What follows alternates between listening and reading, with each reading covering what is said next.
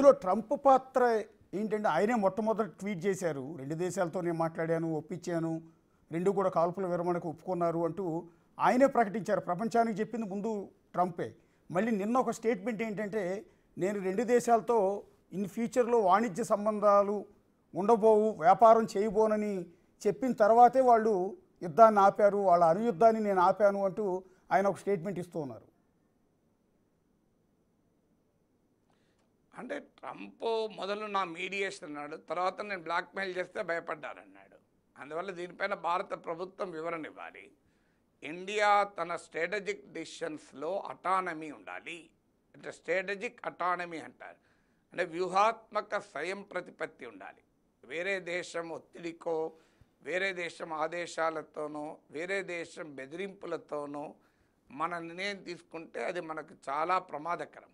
ఎందుకంటే భారతదేశ విదేశాంగ విధానం అది కాదు, భారతదేశ జాతీయ భద్రతా విధానం అది కాదు. అది ఏ దేశమైనా కానీ, అమెరికా కావచ్చు, చైనా కావచ్చు, రష్యా కావచ్చు, ఇంకో దేశ ఆదేశాల మేరకో, బ్లాక్మెయిల్ మేరకో, బెదిరింపుల మేరకో, ప్రోత్సాహం మేరకో, సలహా మేరకో మనం యుద్ధం చేయకూడదు, యుద్ధం ఆపకూడదు కూడా. ఇప్పుడు మనం ఉక్రెయిన్ అనుభవం చేస్తున్నాం. అమెరికా సహకారంతో యుద్ధం మొదలుపెట్టింది. ఇవాళ అమెరికా వెనక్కిపోయింది. ఉక్రెయిన్ పరిస్థితి ఎలా ఉంది? ధైర్యంగా తయారైపోయింది. సో అందువల్ల ఎప్పుడు కూడా అంటే చాలామంది సోషల్ మీడియాలో యుద్ధం చేసేవాళ్ళు, ఇందాక మనం వాళ్ళ గురించి మాట్లాడుకున్నాం, విపరీతమైన స్టేట్మెంట్స్ ఇస్తూ ఉన్నారు. ప్రధాని నరేంద్ర మోడీ కాదు సరెండర్ మోడీ అంటూ ఉన్నారు కొంతమంది ఏమో ఫైర్ అనుకుంటువా, సీజ్ ఫైర్ అంటూ హేళన చేస్తున్నారు ఏకంగా ప్రధాని నరేంద్ర మోడీని. ఇంకంతేకాదు, కాల్పుల విరమణ ప్రకటన చేసిన విదేశాంగ శాఖ సెక్రటరీ విక్రమ్ మిస్రీని ఉద్దేశించి ఆయన ఫ్యామిలీని ఇష్టం వచ్చినట్టు తిట్టిపోస్తున్నారు సోషల్ మీడియాలో. యుద్ధం చేసేయాల్సిందే, పాకిస్తాన్ని నాశనం చేసేయాల్సిందే, పిఓకేని స్వాధీనం చేసుకోవాల్సిందే. ఇదే చాలామంది నుంచి సోషల్ మీడియాలో వస్తున్న డిమాండ్. ఇది ఒక ప్రొఫెసర్గా అపార అనుభవం ఉన్న మీరు వాళ్ళందరికీ ఎలాంటి ఒక క్లారిటీ అనేది ఇస్తారండి? అంటే విక్రమ్ మిస్త్రీని ట్రోల్ చేయడం అనేది అర్థరహితము. ఆయన ఫారిన్ సెక్రటరీ మాత్రమే, మన ప్రభుత్వ నిర్ణయాన్ని మాత్రమే వివరిస్తారు. నిర్ణయం తీసుకునేది ఆయనకు కాదు, నిర్ణయం తీసుకోవడంలో ఆయన ప్రమేయం కూడా ఉండదు. అందువల్ల ఆయన మీద పడితే ఏమొస్తుంది? అది దానికి పరిష్కారం అది కాదు కదా. అదేంటంటే నరేంద్ర మోడీని అడగలేక, ధైర్యం లేక, నరేంద్ర మోడీ పట్ల అభిమానాన్ని కలిగి ఉంటూ ఈ నిర్ణయాన్ని అంగీకరించలేని వారు విక్రమ్ మిస్త్రీ మీద పడుతున్నారు. ఎందుకంటే విక్రమ్ మిస్త్రీ మీద పడుతున్న వాళ్ళంతా రైట్ వింగ్ హ్యాండ్లర్సే, అంటే ప్రో బీజేపీ వారే విక్రమ్ మిస్త్రీ పైన పడుతున్నది. సో మరి విక్రమ్ మిస్త్రీ ఏం చేస్తారు? ఆయన తప్పేముంది అందులో? ఆయన ప్రభుత్వ నిర్ణయం కదా చెప్పేది, ఆయన సొంత నిర్ణయం చెప్తాడా? ఆయన సొంత నిర్ణయం చెప్తే ఆయన ప్రభుత్వం ఇప్పటికీ సస్పెండ్ చేయదా? అందువల్ల అన్యాయంగా ఒక ఆఫీసర్ పైన పడడంలో అర్థం లేదు. మీకు ధైర్యం ఉంటే నరేంద్ర మోడీని ప్రశ్నించండి. మీరు మధ్యలో విక్రమ్ మిస్త్రీని ప్రశ్నిస్తే ఏమొస్తుంది? ఇక నరేంద్ర మోడీ పైన ఆ రకమైన విమర్శలు ఎందుకు వస్తున్నాయి అంటే, నేను ఇంతకుముందే చెప్పాను మీకు అది. ఎందుకంటే మోడీ ప్రభుత్వము, మోడీ పరివారము, మోడీ ప్రభుత్వము పాకిస్తాన్ పైన పోరాడుతున్నంత కాలం మోడీ పరివారము, నరేంద్ర మోడీ మహావీరుడు, నరేంద్ర మోడీ శూరుడు, నరేంద్ర మోడీ లాంటి నాయకుడు ఉన్నాడు కనుకనే పాకిస్తాన్ వణికిపోతుంది, నరేంద్ర మోడీ కనుకనే తీవ్రవాదాన్ని అంతం చేయగలడు అంటూ మోడీ పరివారం పెద్ద ఎత్తున ఒక నరేటివ్ బిల్డ్ చేసి పెట్టింది. అది చరిత్రలో వాస్తవం కాదు. నరేంద్ర మోడీ గట్టిగా నిలబడ్డాడు అన్నది నిజం. అందుకు నరేంద్ర మోడీని అభినందించాల్సిందే. దేశ రాజకీయ పార్టీలన్నీ ప్రభుత్వ నిర్ణయాన్ని సమర్థించాయి, దాంట్లో ఏం డిస్ప్యూట్ లేదు. కానీ నరేంద్ర మోడీ ఒక్కడు మాత్రమే చేశారు, దేశ చరిత్రలో ఇంకెప్పుడు పాకిస్తాన్కి ఇలా బుద్ధి చెప్పలేదు అన్నది కూడా నిజం కాదు. కార్గిల్ యుద్ధంలో కూడా పాకిస్తాన్ మనం బుద్ధి చెప్పాం. అన్నిటికన్నా మించి 1971 వార్లో 90,000 మంది పైగా పాకిస్తాన్ సైనికులు లొంగిపోయారు. ఇప్పుడు ఎవరు లొంగిపోలే. ఇప్పుడు కాల్పుల విరమణ మాత్రమే. ఎక్కడ లొంగుబాటు ఎక్కడుంది? లొంగిపోతే ఎవరన్నా సంతకం చేశాడా? మీకు గూగుల్లో దొరుకుతుంది ఇమేజెస్లో. Pakistan army surrendering to Indian army 1971 అంటే ఫోటో వస్తుంది. మరి అప్పుడు అది లొంగిపోవడం అంటే పాకిస్తాన్ రెండు ముక్కలైంది. అందువల్ల మనం 1965లో గెలిచాం, 71లో గెలిచాం, 99లో గెలిచాం, ఇప్పుడు గెలుస్తాం, అందులో అనుమానం లేదు. అప్పుడు పోరాడింది, ఇప్పుడు పోరాడింది మిలిటరీ. రాజకీయ నాయకులు పోరాడరు, యుద్ధం రాజకీయ నాయకులు చేయరు. కానీ రాజకీయ నాయకులు తీసుకునే నిర్ణయాలు కీలకం. అందువల్ల నరేంద్ర మోడీ, అటల్ బిహారీ వాజ్పేయి, ఇందిరాగాంధీ అని వేరువేరుగా చూడడం కాదు.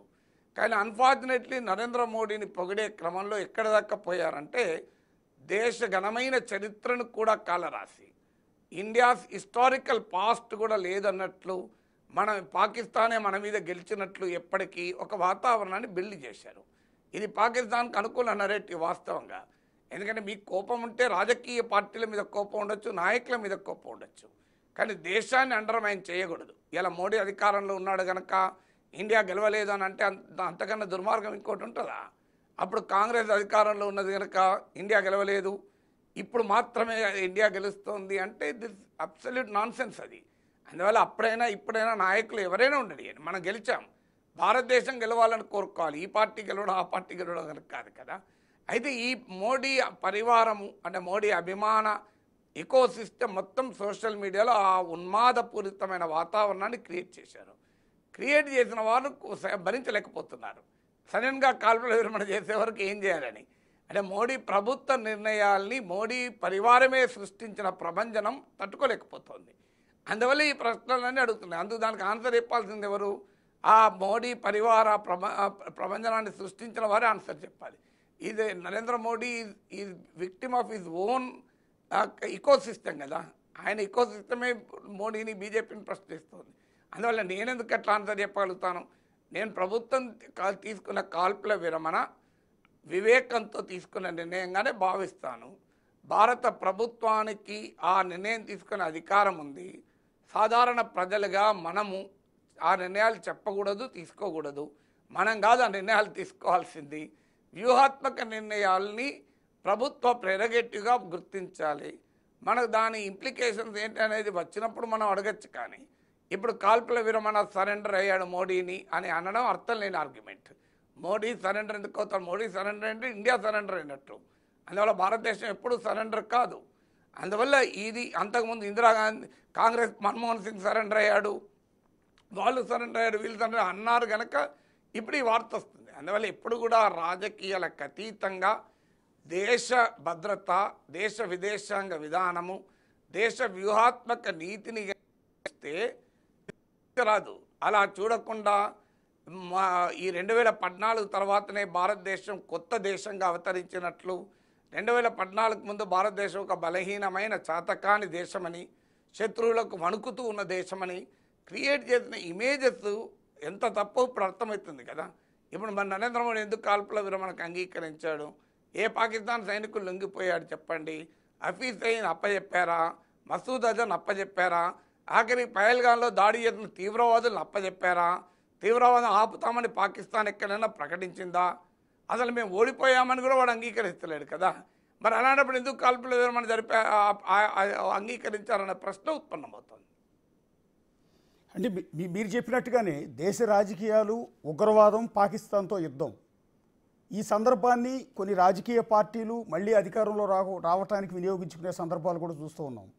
ఇప్పుడు ఈ అంశం అనేది, ఇప్పుడు ఈ కాల్పుల విరమణ కావచ్చు, ఆపరేషన్ సింధూర్ కావచ్చు, ఇదంతా కూడా బీజేపీకి లబ్ధి చేకూరింది అనుకుంటున్నారా, నష్టం జరిగింది అనుకుంటూ ఉన్నారా? ఇప్పుడు రాజకీయ జమా లెక్కలు వేసుకోవడే సమయం కాదు. ఇప్పుడు పాకిస్తాన్కి ఎంత నష్టం చేశాము అనే లెక్కలేసుకునే సమయంలో రాజకీయ లెక్కలు ఎందుకు? రాజకీయాలు ప్రతి దాంట్లో రావాల్సిన అవసరం లేదు. ఒకవేళ దేశ ప్రజలు ఇప్పుడు ఆర్థిక విధానము, రాజకీయ విధానాలు, సంక్షేమ పథకాలు సానుకూలంగా భావిస్తే ఓట్లేస్తారు. దీన్ని కూడా సానుకూలంగా భావిస్తే ఓట్లేస్తారు. దానికి మనం ఎవరో ఆపటానికి. కానీ ప్రతిదాన్ని రాజకీయ జమా లెక్కలు వేసుకొని ఏ పార్టీకి లాభం, ఏ పార్టీకి నష్టం అనే లెక్కలు వేసుకోకూడదు. దేశ భద్రతలో జమా లెక్కలు అవసరం లేదు. దేశ భద్రత విషయంలో ఒకటే ఒక లెక్క, శత్రు దేశానికి ఎంత నష్టం చేశాం, పాకిస్తాన్ ఎంత కోలుకోకుండా దెబ్బతీశామని. అందువల్ల దేశ మిలిటరీ ధైర్య సాహసాలను పెట్టుబడిగా రాజకీయాలు చేయకూడదనేది నా అభిప్రాయం. అంటే నిన్న నరేంద్ర మోడీ గారు ఒక స్టేట్మెంట్ ఇచ్చారు. ప్రపంచ ఉగ్రవాదానికి బవల్పూర్, పాకిస్తాన్లో ఉన్న బవల్పూర్ కానీ మృదుగే కానీ ఒక యూనివర్సిటీ లాగా మారాయి. సో ఆ యూనివర్సిటీ మీద మేము దెబ్బ కొట్టాము, ఉగ్రవాదులు మొత్తాన్ని కూడా నేలమట్టం చేశాము అన్నట్టు ఉన్నారు. సో భవిష్యత్తులో మళ్ళీ పాకిస్తాన్ దెబ్బకొట్టడం పెంచి నిజమే పోషిస్తున్న ఈ ఉగ్రవాదుల నుంచి మళ్ళీ దాడులు జరగవన్న గ్యారంటీ ఏమన్నా కనిపిస్తోందా? నిన్న చాలా ఆవేశంగా మోడీ గారు అయితే మాట్లాడారు. ఆ గ్యారంటీ మోడీని ఇవ్వనప్పుడు నాగేశ్వర ఎట్లా ఇస్తాడు? మోడీ ఇచ్చాడా భవిష్యత్తులో తీవ్రవాదం ఉండదు అని? తీవ్రవాదులు మళ్ళీ దాడి చేస్తే మళ్ళీ బుద్ధి చెప్తామన్నాడు తప్ప ఉండదని అనలేదు కదా. ఇప్పుడు తీవ్రవాదం ఉండదని ఎవరు గ్యారంటీ ఇవ్వాలి? పాకిస్తాన్ ఇవ్వాలి.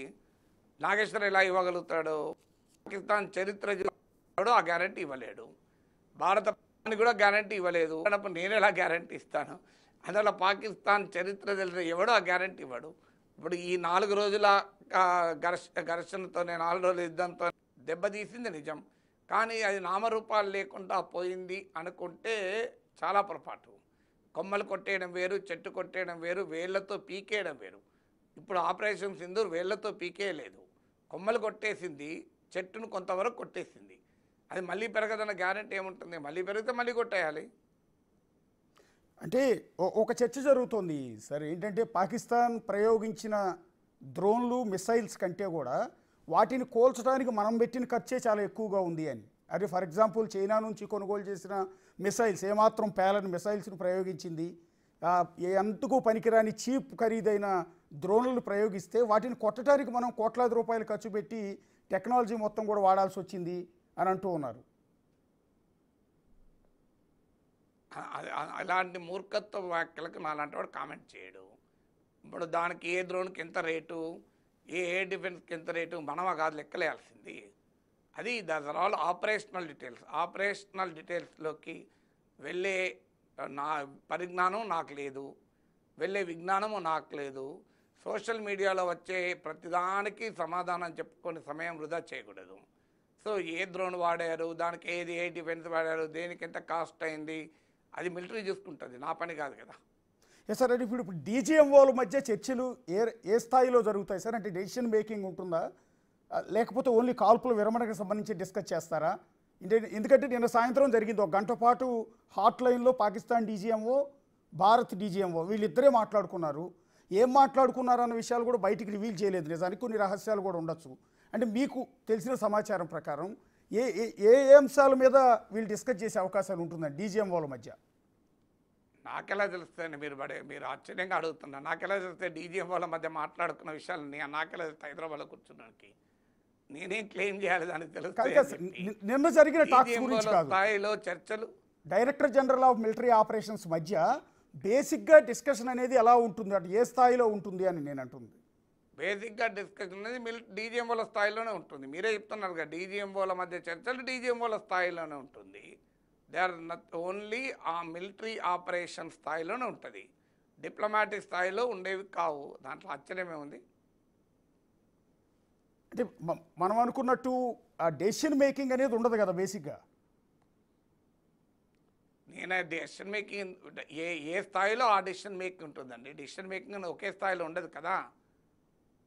డెసిషన్ మేకింగ్ ఇప్పుడు మీ స్థాయిలో క్వశ్చన్ ఏది అడగాలని ఉంటుంది, మీ ప్రోగ్రామ్ ఇన్ఛార్జ్ స్థాయిలో లైవ్ ఎంతకాలం నడపాలని ఉంటుంది.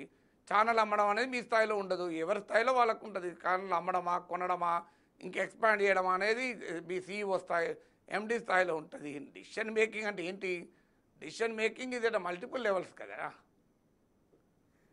సార్ చివరిగా ఒక్కసారి మీడియా గురించి కూడా డిస్కస్ చేసుకోవాలి. ఇప్పుడు పాకిస్తాన్ ఇండియా మధ్య జరిగిన ఈ వివాదం తర్వాత మీడియా చేసిన అతి గురించి యాజ్ ఏ మీడియా ఛానల్ పర్సన్గా నేను స్టూడియో నుంచి మీడియాతో సుదీర్ఘ సంబంధం ఉన్న మిమ్మల్ని అడుగుతూ ఉన్నాను.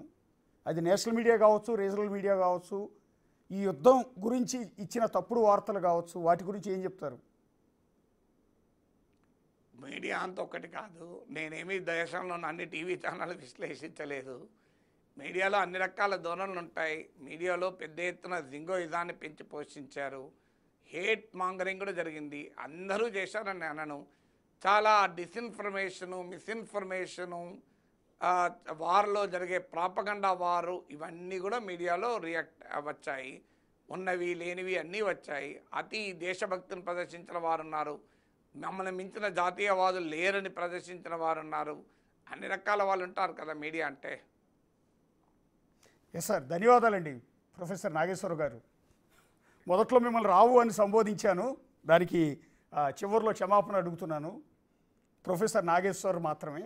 యా, అది నాగేశ్వర్ గారితో క్లారిఫికేషన్ అంతే interview. Yeah, thank you sir. చూస్తూనే ఉండండి బిగ్ టీవీ.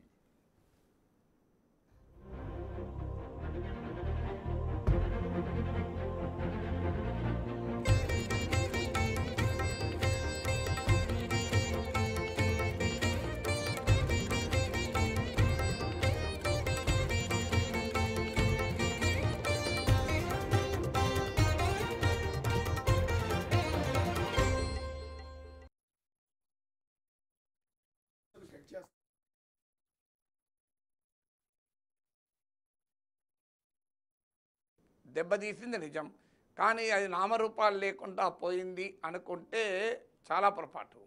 కొమ్మలు కొట్టేయడం వేరు, చెట్టు కొట్టేయడం వేరు, వేళ్లతో పీకేయడం వేరు. ఇప్పుడు ఆపరేషన్ సింధూర్ వేళ్లతో పీకేయలేదు, కొమ్మలు కొట్టేసింది, చెట్టును కొంతవరకు కొట్టేసింది. అది మళ్ళీ పెరగదన్న గ్యారెంటీ ఏముంటుంది? మళ్ళీ పెరిగితే మళ్ళీ కొట్టేయాలి. అంటే ఒక చర్చ జరుగుతోంది సార్. ఏంటంటే పాకిస్తాన్ ప్రయోగించిన డ్రోన్లు మిసైల్స్ కంటే కూడా వాటిని కోల్చడానికి మనం పెట్టిన ఖర్చే చాలా ఎక్కువగా ఉంది అని.